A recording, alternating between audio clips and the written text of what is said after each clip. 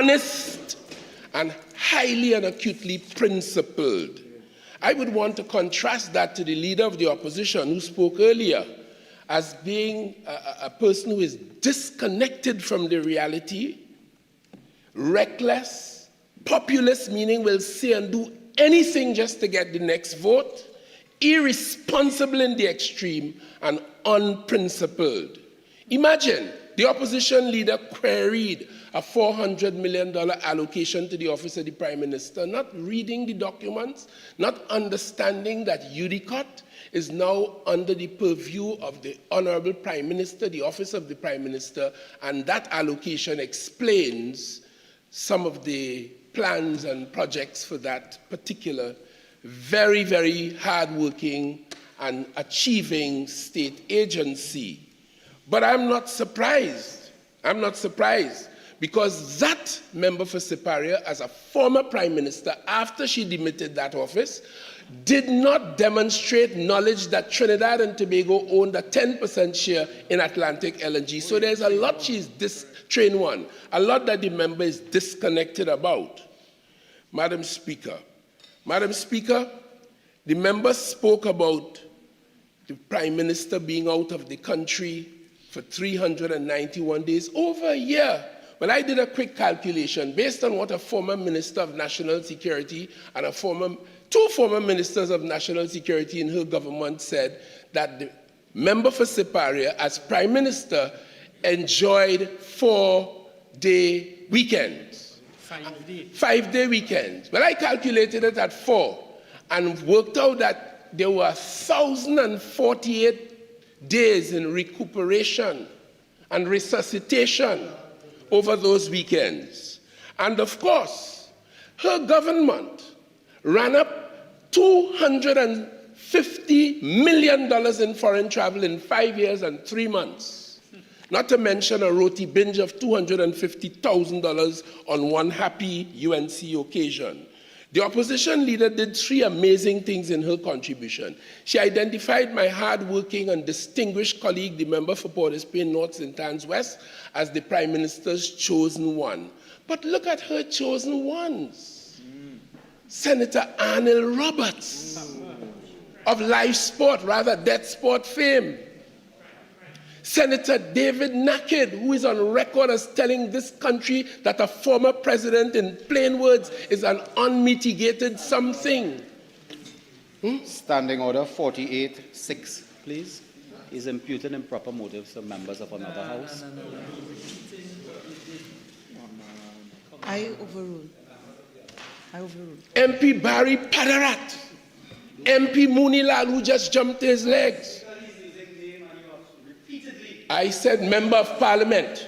No, but okay, the member of parliament for Oropouche East. Yes. The member of parliament for Couva North speaks only in Spanish outside of this house. At all hours of the day and Speaker, night. I stand on standing order 48-6. He's misleading the House as well. He should stop misleading. I should send him the privilege. It's a privilege. He should apologize for misleading the House. Overrule. Thank you very much. The member for Pointe-à-Pierre, David Lee. No. Sorry, the member for Pointe-à-Pierre. And of course, the member for St. Augustine. Look at her. Look at the member for Siparia's lifelong associates. The likes of SIS's Krishna Lala and a former Minister of National Security in her country while he was wanted internationally, a man called Jack Warner. A gallery, an album. Madam Speaker, they don't want the likes of the member for Tabaquite. They don't want the likes of the member for Chaguanas West, the member for Mayaro, the member for Naparima, and of course my friend from Komuto Manzanilla. The UNC is split, not for the first time, along the lines of moral and spiritual righteousness and values. Not for the first time. The member for Oropouche East, Madam Speaker, told us in his usual spirit of conviviality that If they had a rat trap inside of the Heritage and Stabilization Fund, the Minister of Finance's hands would have been bandaged. Well, I could tell you, if they had a rat trap in the Treasury, some of them nose and mouth and face would have been brutalized by the rat traps. And went on to tell us shamelessly that for all these years, no police ain't come by him. We don't know if it's as yet. We don't know what will happen tomorrow. But in any event, the member for Oropouche East is a defendant in a conspiracy matter before the courts. And when they tried to strike it out, the judge found that there was a case to answer.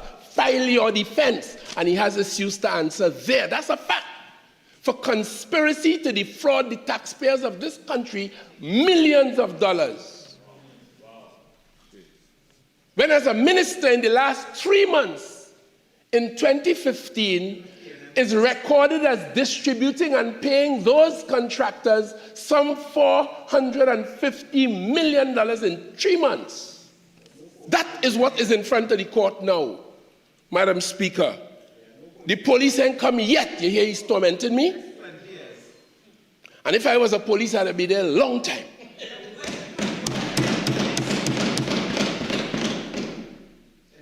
Madam Speaker, the member for Oropouche East commented on wondering how, Trinidad Petroleum Holdings Limited would have had knowledge of the evaluation. It is their asset. Correct. When we restructured Petrotrin, that holding company holds the assets and liabilities as new companies were set up to carry on profitably. They are entitled to those documents, and they have it so he could waste his time if it pleases him. Madam Speaker, and the member spoke about billions of dollars and so on. I just want to remind this House, back in 2014, when the UNC was in power, in office, the Prime Minister at the time, the member for Siparia, went on a jaunt to China, saw a vessel, and just say, like if it was a nip, give me one of that. Give me one of that. Madam Speaker, the upshot of that was, came back to Trinidad and is on record as saying it was a grant from the Chinese government. It is only belatedly we discovered it cost the people of this country $32 million, 224 million Trinidad and Tobago dollars. Out of that, well, at that time, the Minister of National Security for 14 months, a certain fellow called Gary Griffith, he was out there saying, because they had cancelled our OPVs to protect our borders, and the money was returned to the UNC government. They then went and picked up this river boat. It was a river boat, not even a military vessel in China. And the member and the Minister of National Security was telling the country it was fit for purpose. The upshot was, Madam Speaker, we got 8 months service out of that vessel. We had to spend an additional $1.5 million to outfit it. The generators are not in place. No shore power provided for it. All the signs on the vessels were in Chinese, either Cantonese or Mandarin. We use 50 hertz here. The vessel demanded 60. We had to put in a transformer to get the thing going. All we got, and the hull integrity as I speak to you, is in doubt. The vessel is at risk of sinking, and right now we are grappling with that. We are grappling with that. $224 million. So when you hear the member for Oropouche East, Madam Speaker, you know that they are not serious. The leader of the opposition told us that we spent over $60 billion in national security in the last 9 years. And my friend from Chaguanas West said in the last 5 years we spent $25 billion, and wondering what we do with it. I am sure I heard one of my colleagues this morning, but if I am mistaken, let me record. The figures and statistics in our budgetary arrangements demonstrate that as much as 64 and 65% of the allocations we read about would would normally go for salaries, emoluments, and other recurrent expenditure like rents and all of the things, stationery and all of the things that the government purchases to service these ministries.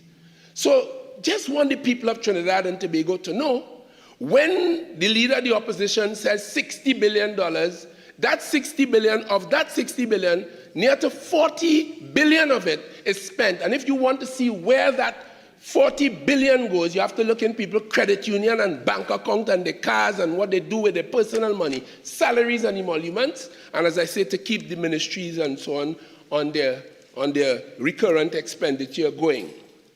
I would have expected to hear some contribution about productivity, because I think that's one of the issues we need to reset on in this country. Because as we do these annual exercises, productivity is an important ingredient for the multiplier effect, for the implementation, for getting the full bang for the bucks. So my friend from Chaguanas West, he spoke and he told us that he met with different associations in the Ministry of National Security, and not surprisingly, we would have heard a lot about complaints and noise and all of these things, but that's par for the course around here. We have a job to do, and we continue to do that job. Not a word about integrity. Not a word about productivity, as I said, and professionalism, because it is these human elements that are like the oil that makes the wheel of the economy turn. And these are matters we have to focus on, hence the reason why I was grateful to my friend, the member for San Fernando West, who reminded us among the things we did is to put some integrity testing in place for a wide cross-section of the people in national security to keep them whole. Because if you have these allocations and you have these loopholes of small productivity and corruption and bacchanal, no serious application of the human resource that we spend billions on an annual basis, then we are not going very far. Madam Speaker, even in this debate on my final point to demonstrate the incredibility, if I may construct that, on the part of the member for Siparia. Even in this debate, the member for Siparia came here speaking about missing money in the Auditor General issue with the Minister of Finance over the past few months.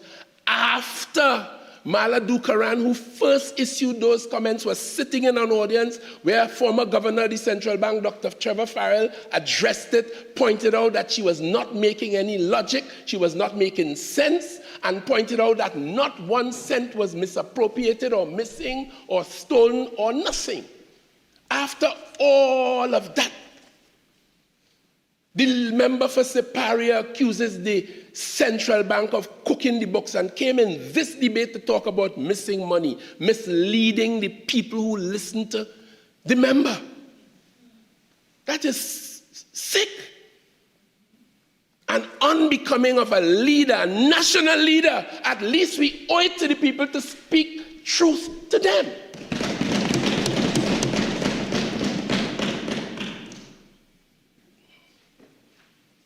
Madam Speaker, so we had some talk about crime. Member for Chaguanas West pointed out that we need to create pathways for youth from crime. Well, we have a very proud record in that regard. The entire effort and the budget for the Ministry of Education is for the youth of this country in the formal education sector, largely about youth. The Ministry of Sport and Community Development, an allocation of $400 million, largely for the young people in Trinidad and Tobago. The Ministry of Social Development and Family Services, $5.6 billion, benefiting homes and families, largely for young people, startup business expenses and all them kind of seed money and that sort of thing. And not to mention the Ministry of Youth Development and National Service, everything that it does is directed to the youth in this country. And therefore, I can say here confidently, there is no shortage of correct and proper pathways for the young people in Trinidad and Tobago in terms of, or vis-a-vis, getting involved in a life of crime. It goes deeper than that. There is some other thing. It cannot be for a lack of opportunity. There are other influences, some of which I'll try to address.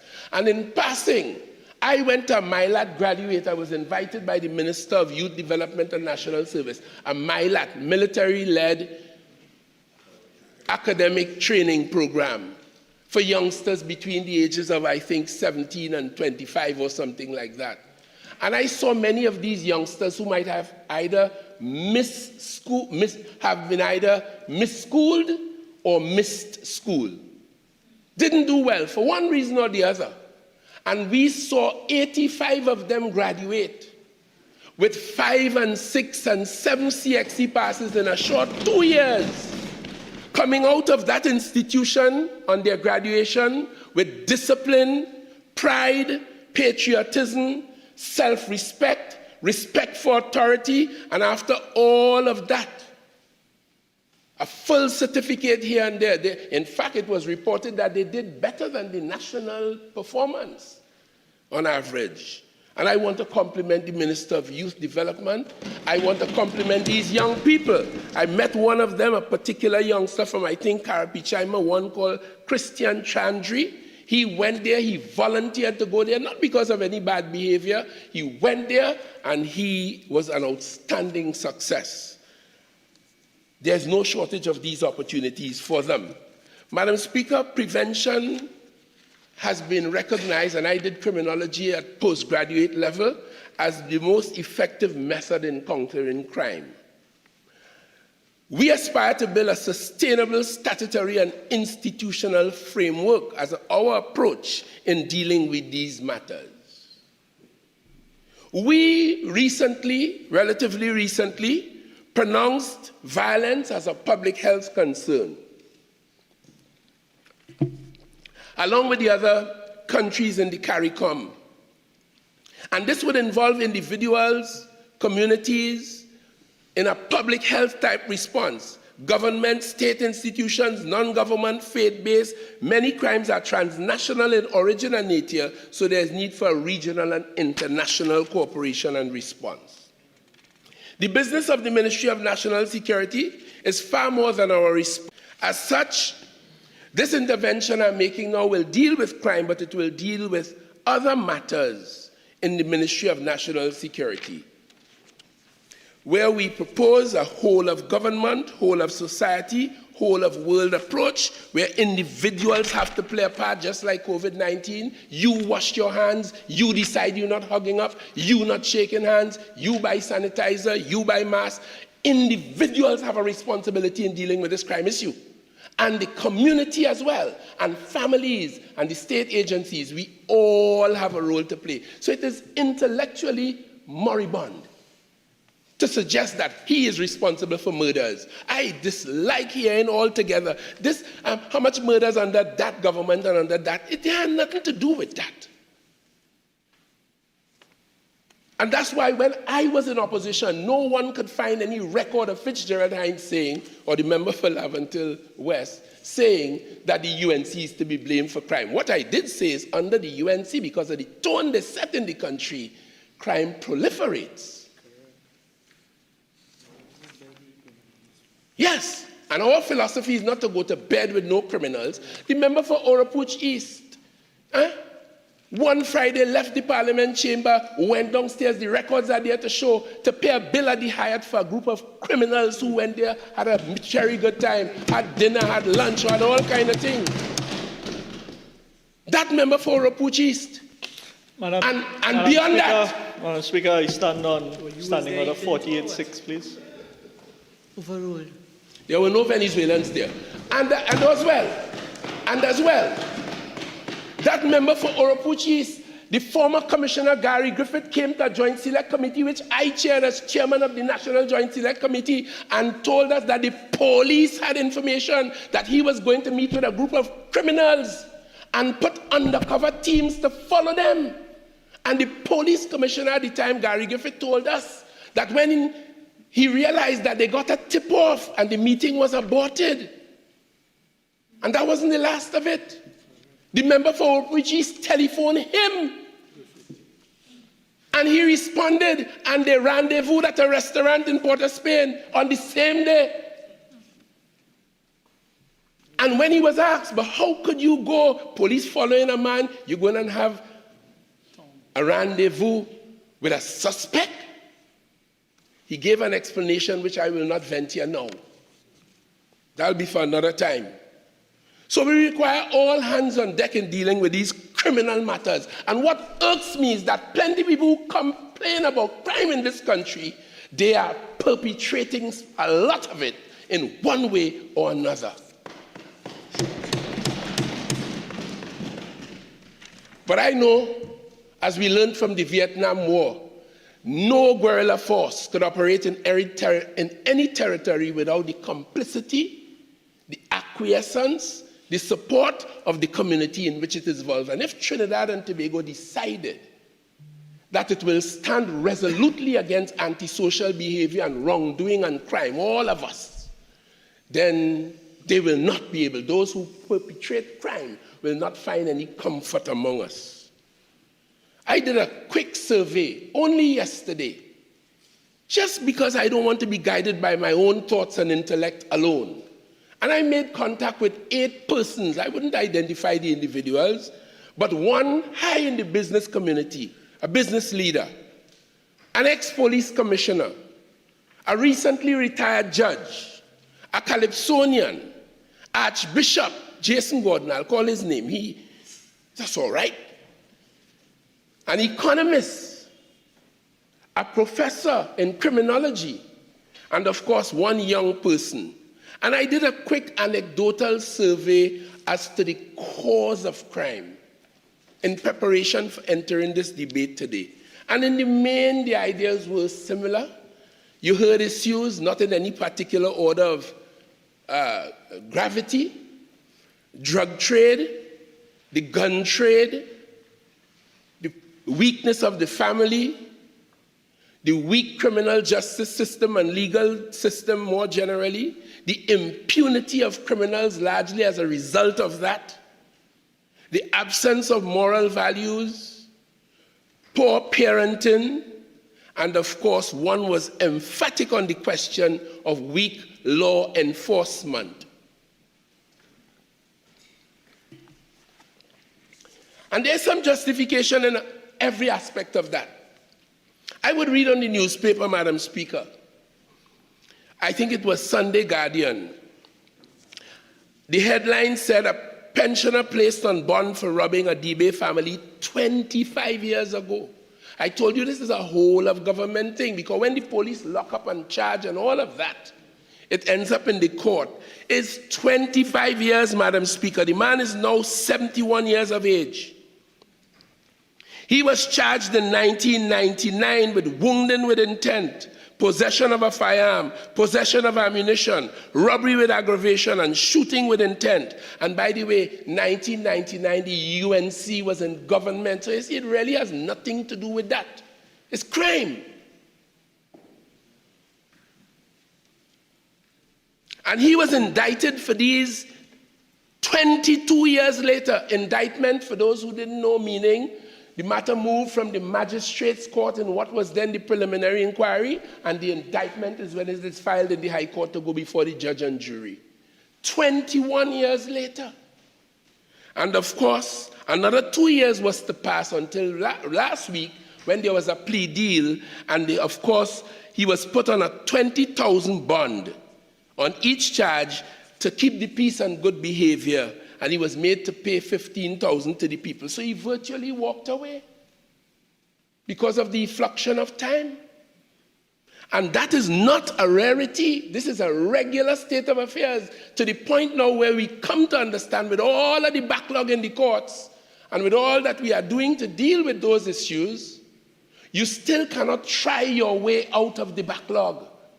So I agree with the member for Chaguanas West. There has to be an element of dispute resolution, arbitration, and various ways of dealing with these things. And of course, plea bargaining is a part of it. We have removed the preliminary inquiry. We have created more courts. We have appointed more Court of Appeal judges, more puny judges, a whole heap of things. We take matters off the traffic list. We decriminalize certain levels of marijuana, and all of that intended to improve the criminal justice system. So shouting and criticizing and saying under the PNM and under the UNC, that don't help us. We have work to do. All of us. And this is why I want to congratulate and celebrate the member from Mayaro leading the UNC down on that end, well, the former UNC. When he stood up here in this parliament in his contribution and said, you bring law, and once it is good and it seeks to and protects the people, we will not object it like the member for Siparia and her UNC team. And I welcome that, because that is what the doctor ordered.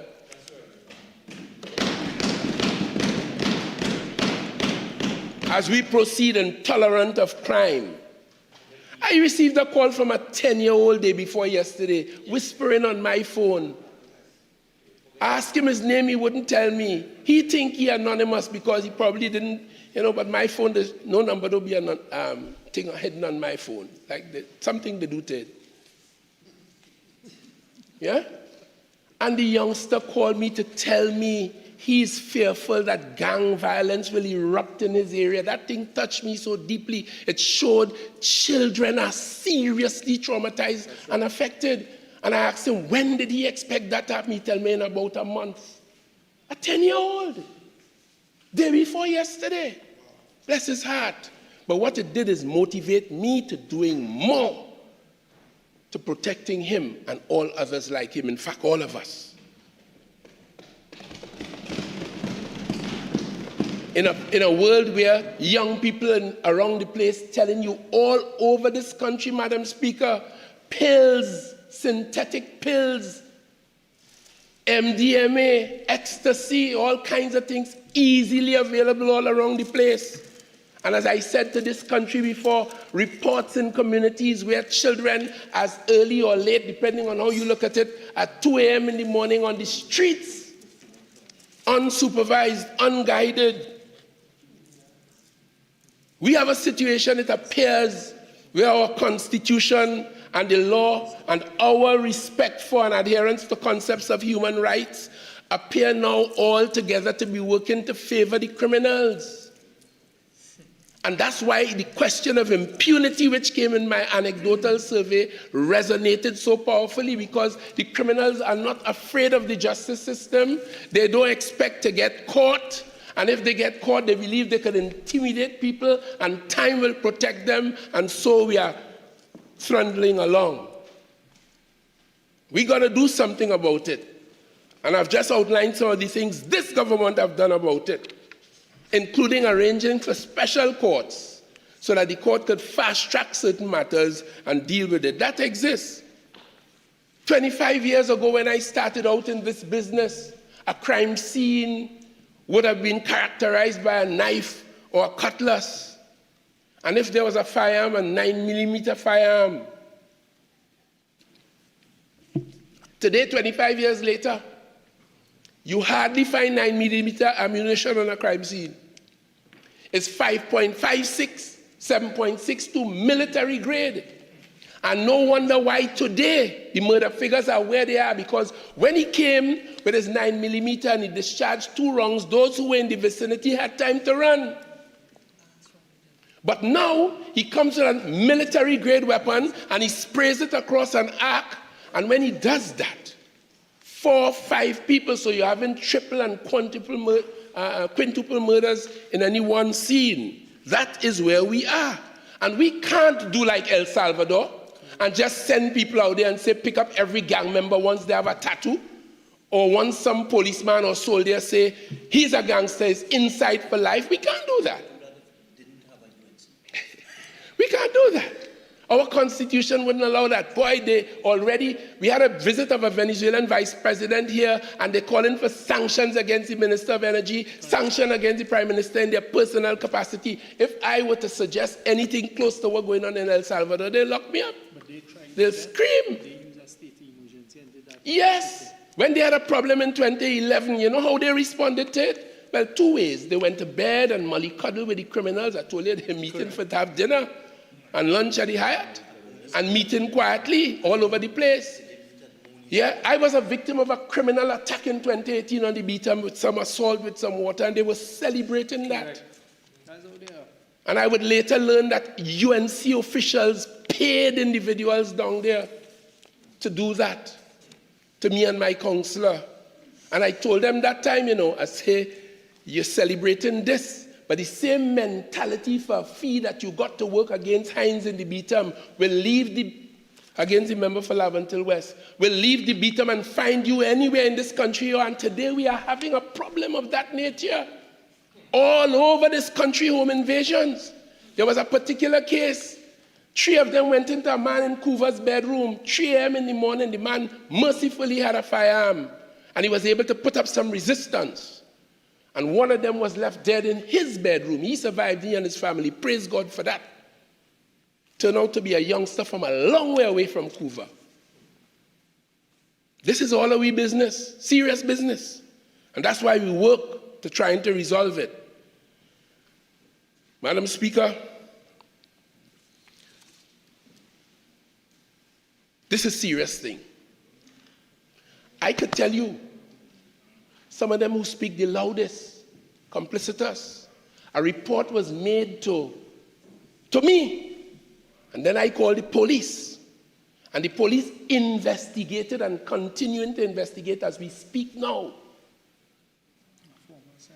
A criminal in this country swore to the police that a UNC high official paid him $60,000 to commit a murder outside. That matter is under investigation. Who want to go and find out, to go. That's what we're talking about, the treachery and the deceit. That's why I don't listen to them. All I do is keep focused under the guidance of the National Security Council, led by the distinguished and honest and principled Prime Minister, and do this work as a Minister of National Security. All I do. The Ministry of National Security's crime strategy is a comprehensive plan involving law enforcement operations, technology utilization, intervention strategies, prevention programs, policy development, training and development, resource allocation, and interagency and multi-agency collaboration. Different types of crime requires different types of policing. In terms of our border management, we consider that effective border control is therefore one of the key elements in dealing with transnational organized crime, stopping illicit movements of people, human trafficking, goods, and meaning drugs and cigarettes and alcohol, all uncustomed in many cases, and firearms. So the Coastal and Riverine Patrol Unit, which was established in June of 2021, is an important element of this. They deal with our borders from the shoreline to 2 miles out. And of course, we have other vessels. You heard the member for Oldbridge East mention the Diamond Fleet, which was purchased or ordered in 2014 when they were in government. They did not budget or pay for it. When we came in 2015, we met it, and we paid for that fleet of the Diamond vessels. 4 patrol vessels, 2 supply ships, and 6 ship's boats, as they call it. It costs now, because after, like every other piece of equipment, the time for servicing and overhauling and so on is necessary. So we have just contracted to spend $336 million to recertify these vessels, and $122 million in a 3-year maintenance project for that Diamond Fleet, which we absolutely need. But they were down. In the meantime, to deal with that, we went and purchased 2 Cape-class vessels, costing $605 million. We put a 2-year maintenance contract in place for $54.4 million. That patrols out to 3,000 nautical miles, goes at 12 knots, a crew of 27. But You know, Madam Speaker, even in the diamond deal I just told you about, we paid $1.3 billion for that. We, the PNM government, paid that because they ordered it, we paid for it. And then we were told by the police in Holland that there was an ongoing investigation. They found $200 million, what they call a finder's fee. 100 million was already frittered away, and they seized $100 million, which they still have to this day. Proving that the UNC will put in place contracts and give you the impression that they're trying to do good for the country, but the contract is just another opportunity to put their face in the rat trap.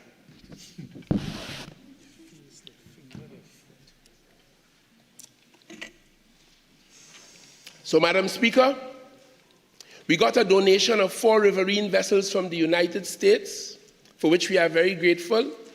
In terms of our border security, we are continuing the upgrade of the automatic fingerprinted identification, or AFIS system of the Immigration Division, improving the hardware and all of the systems to make the system more efficient. Madam Speaker, the member for Chaguanas West, the member for Siparia, implying they can't see what we do with the money. But let me tell them a little bit about what we do with some of the money. The UNC built a fire station in Penal, and that cost the taxpayers of this country $109.8 million in 2012. Before COVID, We built a fire station in Point Fortin in 2021. That cost the taxpayers $39.1 million. The UNC built a fire station in Mayaro in 2014. That cost the taxpayers of this country $112.4 million. We built one in Roxborough in Tobago for $37 million. Cabinet business is secret, but sometimes I pray in my heart that the Trinidad and Tobago people could get a peep inside of the cabinet room when that Prime Minister is cheering us on a weekly basis and sometimes more. And look into the F&GP room when the chairman, the member for Port of Spain, North St. Andrews, is conducting meetings. See how we go through painstakingly, line for line, to protect the public interest and the public money. Worse than my grandmother. Ministers quarreling, they can't get the thing through because between this and the Minister of Finance and the Prime Minister, we just have a work to account for public money. Not the UNC, them all inside, over, around, below the cookie jar. And they were the laden, what's the name of the thing this thing butter with? Ladle, yes, all of them mouth dripping with thing. Sorry. You don't like that picture? I think the analogy, I think the analogy is a bit unwarranted. So Madam, retract that and find another way. need You know, that, yes? we've heard a lot of things on either side, but, you know, let's don't carry it further. I thank you. I will desist from that metaphor. Feeding at the trough. Yes. Madam Speaker, we built a Maracas St. Joseph police station, $21.3 million. Wow.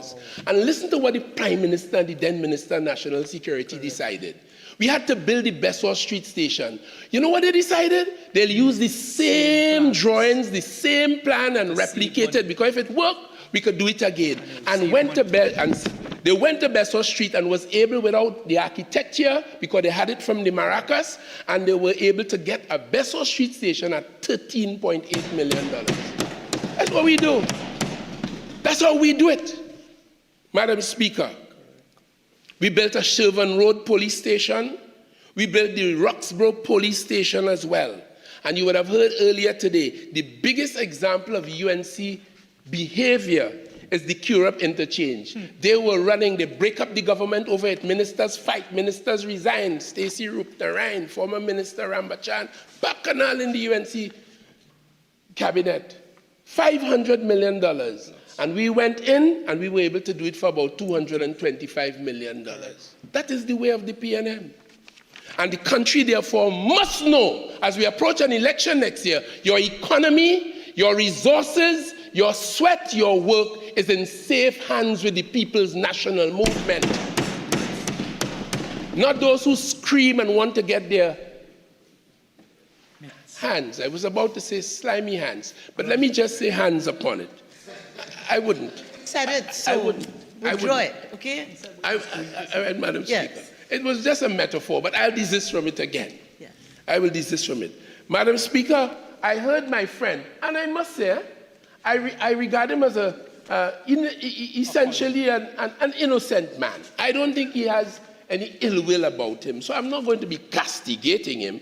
But I heard him say courageously in this parliament, and though untruthfully, that all the statistics that is available to him, all the serious crimes figures are going up, increasing. Well, that was shocking to me, anathema even, because I am in touch with the police leadership on a daily basis. And all the statistics I read said exactly the opposite. So I asked for some figures, and let me help the member. I want to let the member understand that, let me just give the member it in synopsis here. I don't want to spend too much time upon it. But the figures show that all serious crimes, with the exception of murder, are in decline. For 2023, there were 4,045 violent crimes as compared to 3,402 for the same period in 2024, a 16% decrease.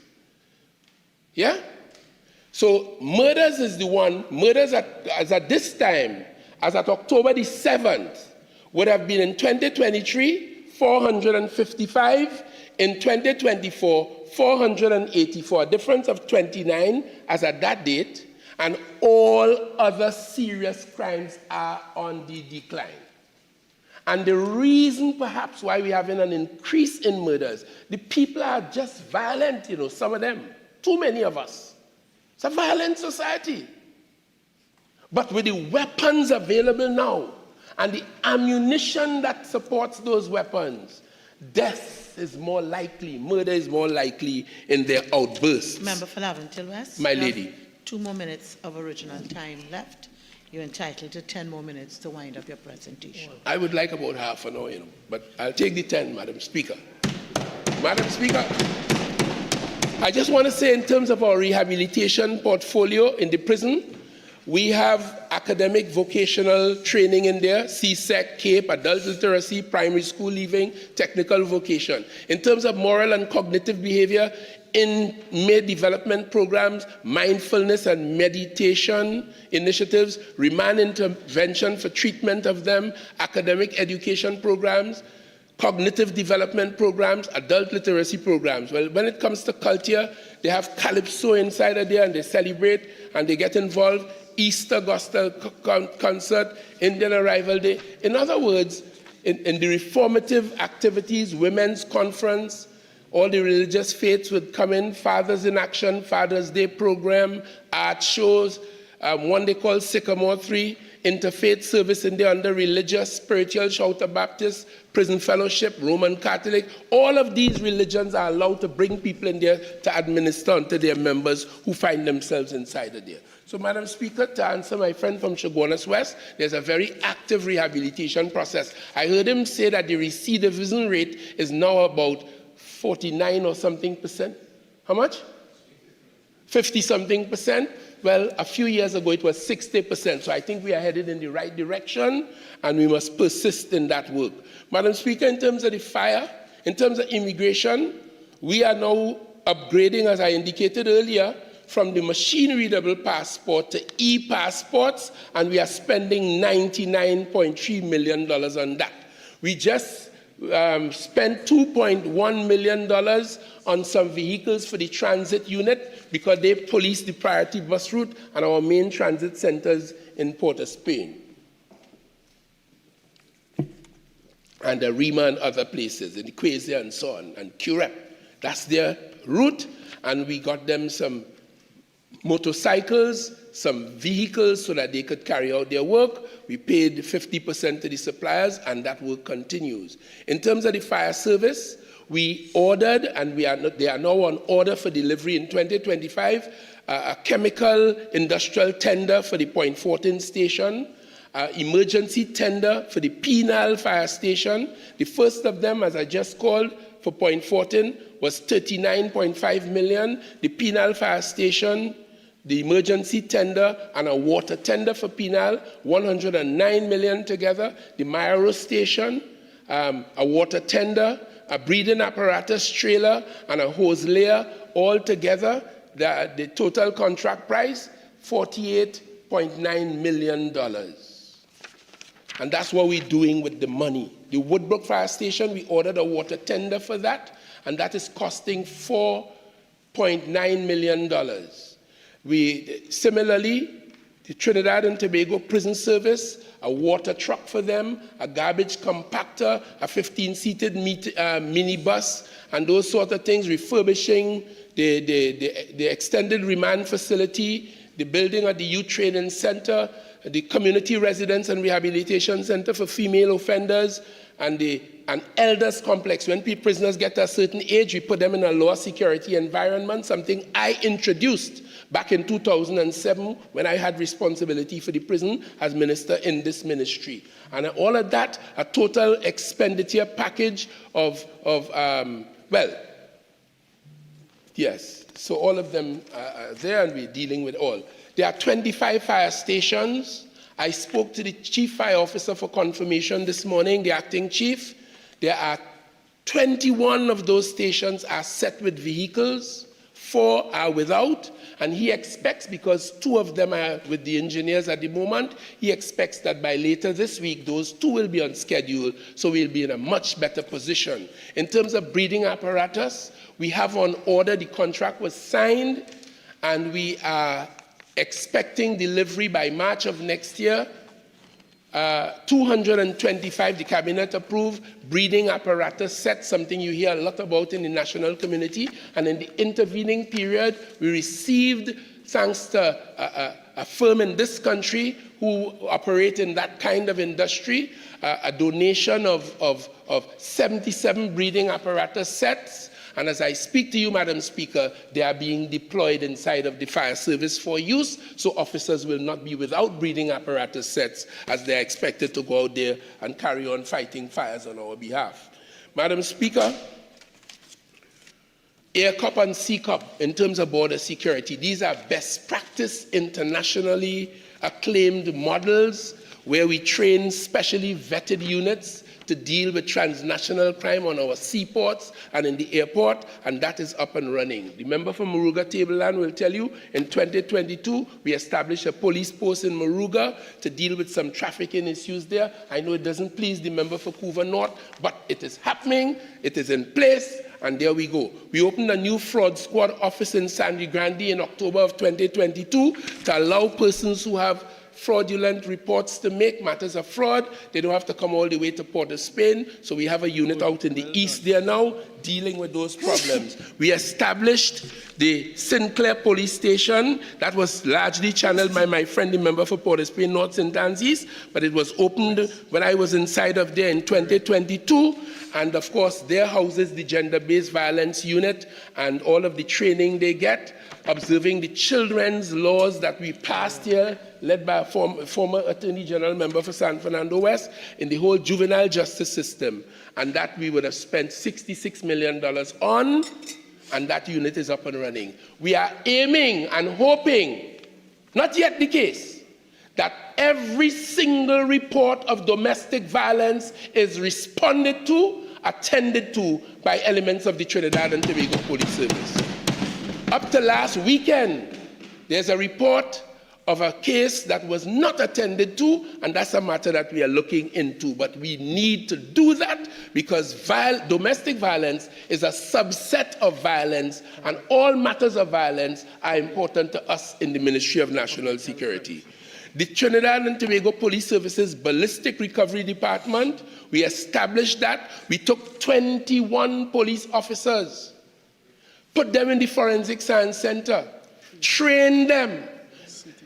They were understudying the 4 officers that we had in there. Madam Speaker, well, that was a very successful decision, very successful. They have reported in August alone 157 cases. In September, 172. They have been gazetted so they could give evidence in court as toolmark examiners in which they were trained and certified. They are now doing their own peer reviews, which is an important element of this. And they are now providing assistance to investigators real time. In other words, if they hold a man, and I have a list here, time doesn't permit, of successful cases where they might have held someone with a firearm while the police have him in custody, they could test that firearm to see if it was involved in another murder somewhere, and in many cases, including that family that the member for Siparia spoke about, the Peterkin family, it is that work that solved it, and the police were able to arrest the perpetrators of that horrendous quadruple murder in quick time. Quick time. We've spent $2.4 million providing the Forensic Science Center with a list of its needs, equipment, and so on to make it better. Recently, there was a report in the papers about bodies piling up in Tobago. I can tell you truthfully, Madam Speaker, we have 2 at the moment. We had 3, 1 retired recently, and we are now going out in the market for another one. We have 3 forensic pathologists. And we took a decision, somebody over there talked, the member for Chaguanas, that we should put a system of scholarships in place to encourage people. I want to say to the member, he was negotiating for that which he already had. Correct. We did that. And it is in place. So, Madam Speaker, so there's no issue around the Forensic Science Center. As for the Defense Force, as you would have heard Minister Scotland say, they are very much involved in patrols across the country. Altogether, the Defense Force was involved in 7,940 patrols for this year. 366 foot patrols, 7,940 mobile patrols, 366 foot patrols, 787 static or standing patrols, and 802 confidence patrols. All that happening to raise visibility and give the citizens of this country some comfort. We told you last year that we were recruiting 1,000 police officers. I'm happy to report we were able to induct 1,007 of them in the period. Some have passed out, others are in different stages of their training, and we expect by March of next year, all of them would become full-fledged police officers. We had to make that happen with regional cooperation. We got the MOCA, the Serious Crime Unit in Jamaica. They sent 8 of their polygraphers to assist us in 2 rotations. They did that, and I want to congratulate the Commissioner and the police service for executing this. And the Jamaicans who came in 2 rotations to assist their Trinidad counterparts in doing the necessary polygraphing to make this thing a reality. We continue with our specialized teams, Madam Speaker, and so the story goes. So we are doing what we have to do in the Ministry of National Security to ensure that we provide the people of Trinidad and Tobago with the seriousness they deserve. Some people behave as though I have to formulate and go out there and patrol and all that. It doesn't work that way. The Prime Minister only went and gave information to the Police Service Commission when they were recruiting Commissioner of Police, and they want to lock him up. They want to take him to inquiry, all kinds of things, and all he was doing is, we are expected to stay far removed from police operations. So I as minister, we as ministers, we know what our role is, and trust me, Madam Speaker, we carry it out implicitly and effectively without murmur. We're doing what we have to do. So, Madam Speaker, there's so much more to be said. And let me just conclude by treating with my own constituency, Laventille West. I too am thankful to the people for the support they have rendered. No. Oh, Madam Speaker. Member for Barataria, Sanwan. Thank you very much. Thank you very much, Madam Speaker, for recognizing me to join this very important debate